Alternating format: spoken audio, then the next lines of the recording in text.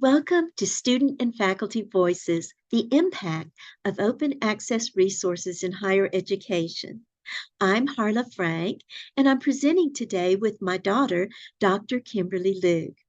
I've been an associate faculty at UAGC since 2020, and I'm excited to share the information we've gathered on open access resources and their impact on faculty and on students. Kimberly? Hello, I'm Kimberly Luke. I'm an historian of modern European and Middle Eastern history. I began teaching with Ashford University in 2013 and joined the liberal arts team in 2022. We're excited to share this information with you. We're going to go off camera so that you can focus on the slides. We hope you enjoy.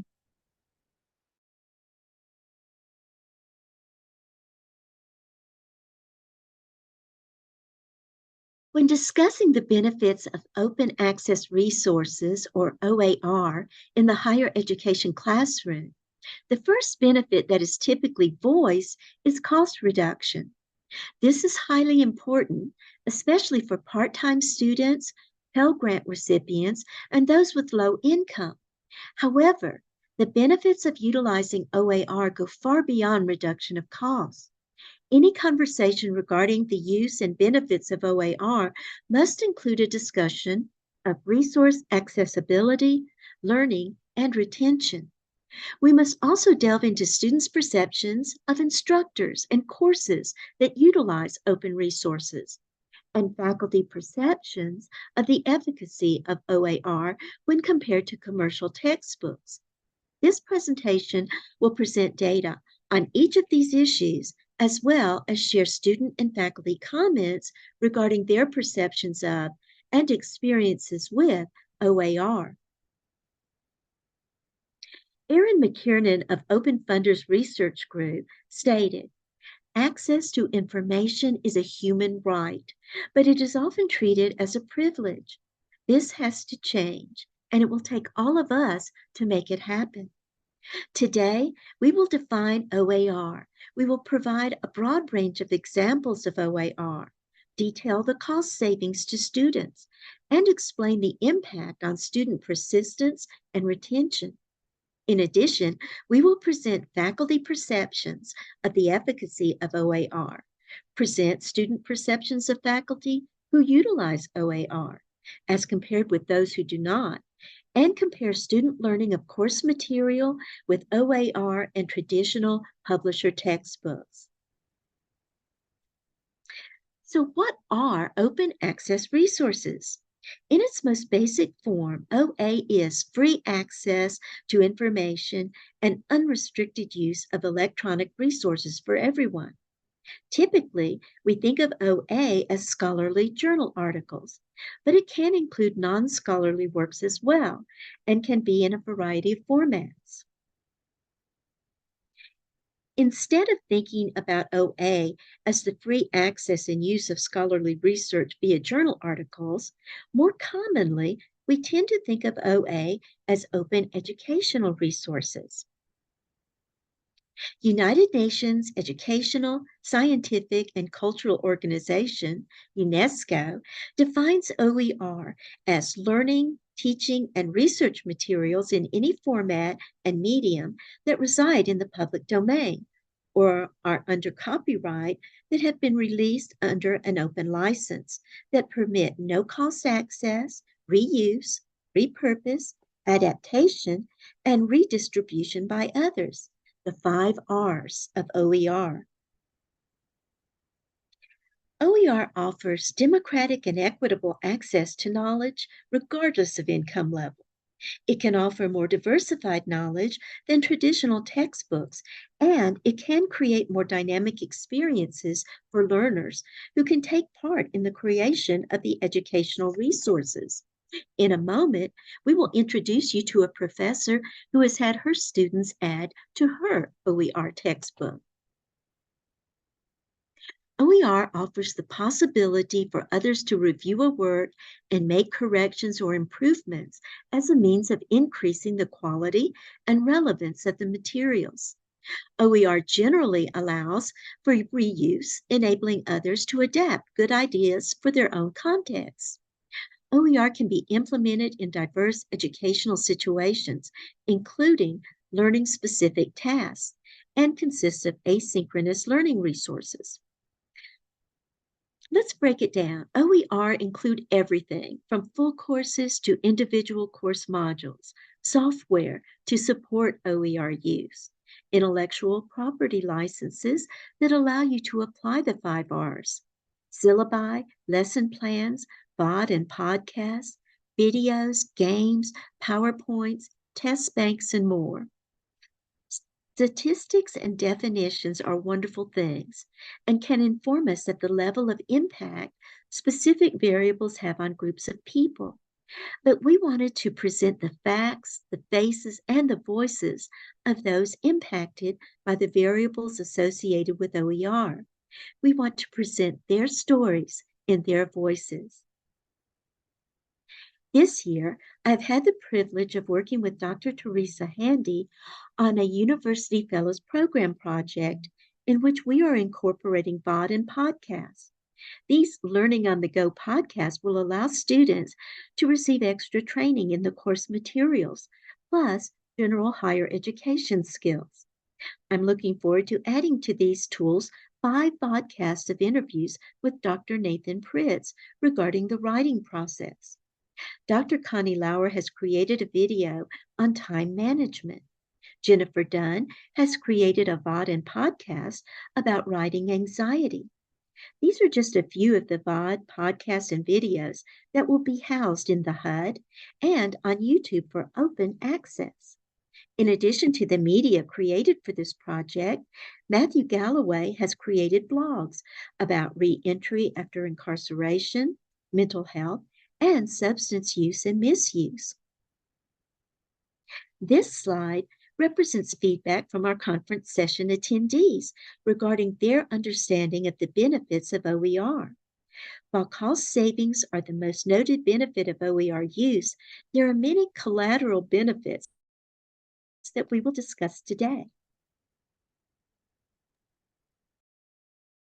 Melinda MacGyver, professor of environmental studies at Parkview College, was initially skeptical about using OER in her courses, but she became more and more concerned about students who were coming to her classes without the required textbooks. Students told her it was because they could not afford them. She spoke with the Parkview librarian about OER, and he offered to help her locate relevant resources. She found an open textbook and revised it to align with the goals she had for her students. She actually had her students conduct research on local factories and their contributions to air pollution. The students were totally engaged and added their findings to her textbook. She found that students performed better using this modified open textbook than using the traditional textbook. She felt that the students were more invested in the work because they were actually co-authoring the text. The fact that students are working extra hours to afford the cost of textbooks and that some are actually skipping meals to afford required text speaks to the seriousness of textbook costs.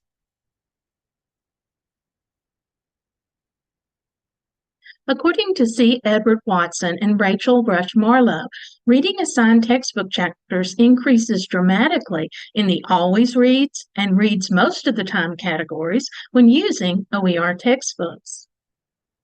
The high cost of textbooks has become a financial burden, so much so that studies estimate that 90% of undergraduates do not have a text on the first day of class, and 2/3 of students never end up purchasing required text due to cost. Finding a way to make college more affordable for our students is definitely an aspect of our culture of care approach to education. Since 1978, college tuition fees have increased by 1,375%. While the increasing cost of attending college affect all students, low-income individuals and their families face greater difficulties than other socioeconomic groups in paying rising tuition and textbook fees. This can directly affect their decision regarding where to apply and ultimately where to attend college. Students with unmet financial need are more likely to delay their college enrollment or may not even attend college. This can have a cascading impact on future career decisions and employment opportunities. As of late 2018, leveraging OER in courses had reportedly saved students worldwide over $1 billion. But what does this look like at UAGC? According to current UAGC data kindly provided by Lindsay Devine, Senior Director of Learning Resources and Products, 70% of the current resources in use by students are over $50. Looking at all courses that have a materials fee, the average student fee per course is $90.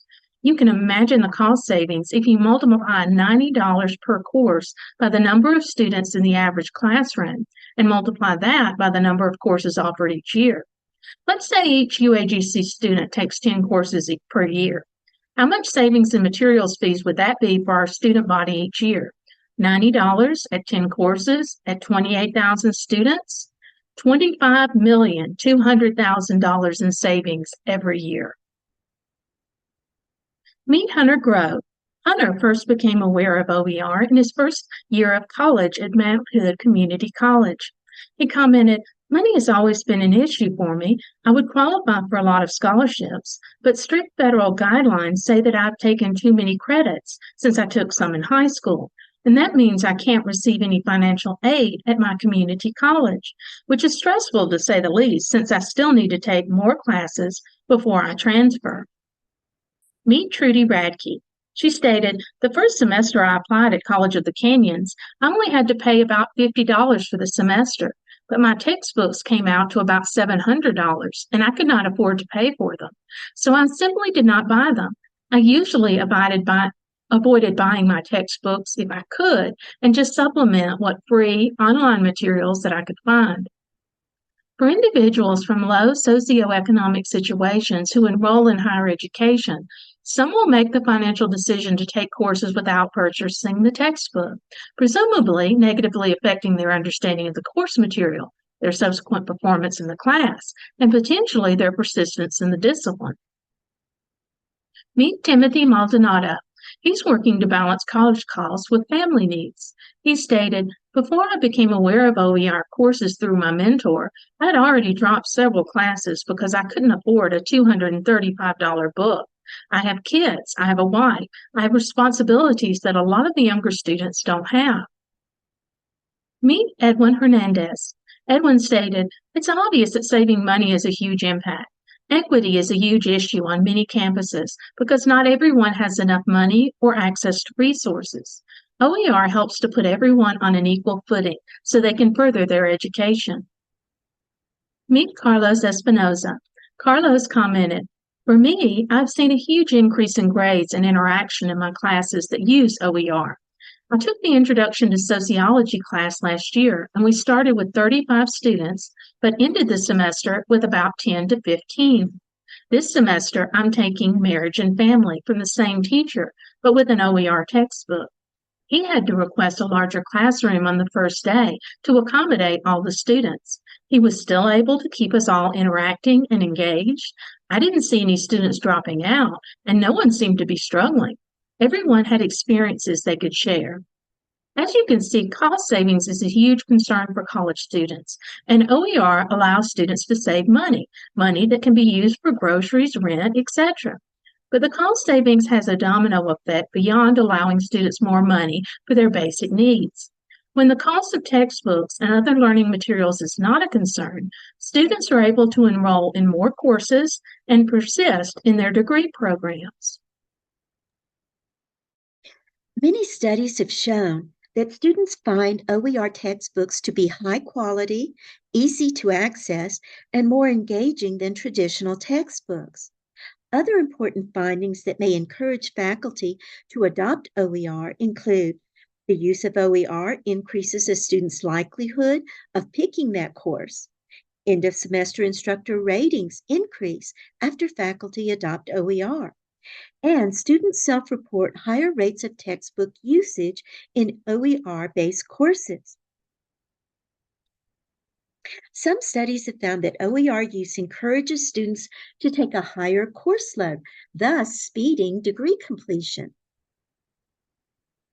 Open educational resources do much more than save students money. Research has shown that OER use improves grades, decreases D and F grades, and reduces withdrawal rates. For Pell recipients, part-time students, and underserved populations, these rates are even more impressive. The use of OER in the classroom addresses cost, completion rates, attainment gap concerns, and learning. In 11 studies involving 78,593 students, it was found that courses that utilized open textbooks had withdrawal rates 29% lower than courses using traditional commercial textbooks. Another study of 1,393 students found that students taking courses that utilized OER textbooks had lower failure and withdrawal rates than courses using conventional textbooks. Let's take a closer look at these statistics. Studies have shown that OER use reduces D and F grades as well as withdrawal rates for part-time, non-white, and Pell Grant students. This is directly applicable to UAGC students, 52% of whom receive Pell Grants. This graph shows the results of research conducted on the impact of OER on pass rates at Houston Community College. OER were found to predict improvements in pass rates for all student groups. This mirrored findings from the previous year at the University of Georgia. In that large-scale study of 21,822 students, student performance, the DF withdrawal rate was significantly lower in courses using OER when compared with the same courses taught by the same faculty in previous semesters. It would be easy to make the case that providing all students with free course materials specifically helps those students who might otherwise fail because they were unable to purchase an expensive textbook. Both self-identified white and non-white students showed improvement in final grades after the adoption of OER textbooks. The benefits of OER appear to impact underserved populations most dramatically. In a study of 21,822 students, the data shows that students in the OER courses did considerably better than those in traditional textbook courses. The grade differences are even more dramatic when comparing non-Pell recipients with Pell recipients. This difference speaks to closing the attainment gap.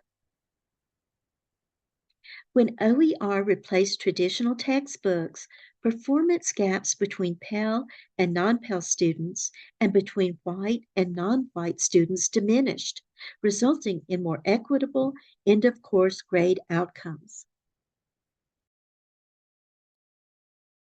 To listen to more student experiences with OER, please check out this video on YouTube. It's pretty obvious that OER helps students, but what does it do for faculty, administrators, and institutions? The research conducted by Boschtek and Grissett revealed that students rated faculty who used OER more positively than faculty who did not use OER. Participants were more likely to want to take courses with faculty members who used OER. These differences held even after controlling for faculty gender and length of time teaching at the university. Faculty who adopt OER tend to view them as comparable in quality to commercial resources. They perceive students using OER to be equally or better prepared for class. They perceive student learning with OER as the same or better compared to commercial resources. Faculty have also indicated that lacking institutional support, such as resources to find OER or explanations on licensing, is a barrier to OER adoption. To listen to more faculty stories about using OER, check out this YouTube video. Faculty find that they have much more freedom to do what they want with their class, to make the resources work for them, and to support the student learning outcomes. They also find that shedding ineffective practices that are linked to copyright and commercial textbook policies really free them up to do new and innovative things in their classrooms. It would not be objective on our part to highlight all the benefits of OER development and use without presenting some of the common challenges. Subject availability. Many of the largest OER projects funded over the past 15 years targeted high cost, high impact courses to save students money. Because of this, most of the OER available today are for general education courses such as psychology, biology, and calculus. Format and material type availability. There are many open textbooks available today, but fewer options for ancillary materials.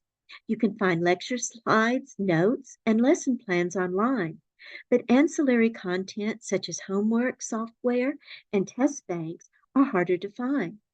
However, I have used OpenStax textbooks, and typically they do include student guidance, test banks, and PowerPoints. Time and support availability. As a user and creator, it takes time and effort to find OER, and even more time to create and publish new resources. However, there are resources available to help you locate, adopt, and implement OER. Contact your local OER expert on campus or your subject librarian if you need support. While this isn't an exhaustive study of OER adoption and use, we hope that the data presented, including the qualitative data in student and faculty perceptions of OER, will provide you with food for thought as you add materials to support the courses you teach and as you design and revise courses. We prepared a handout with links that will help you get started with OER, as well as a reference list with the sources that we utilize. You can access both through a link in our session on the conference agenda. We are also pasting the link in the chat. Thank you.